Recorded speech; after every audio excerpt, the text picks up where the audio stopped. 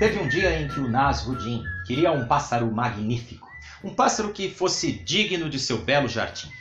Saiu então e foi até a loja de animais. Chegando lá, o vendedor lhe disse: "Ora, Nasrudin, eu tenho o pássaro perfeito para você, um papagaio, porque eles vivem 100 anos, veja só."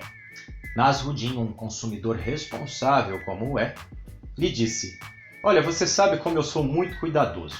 Então, me dê um para experimentar. E se ele durar esse tempo todo, nós fechamos negócio."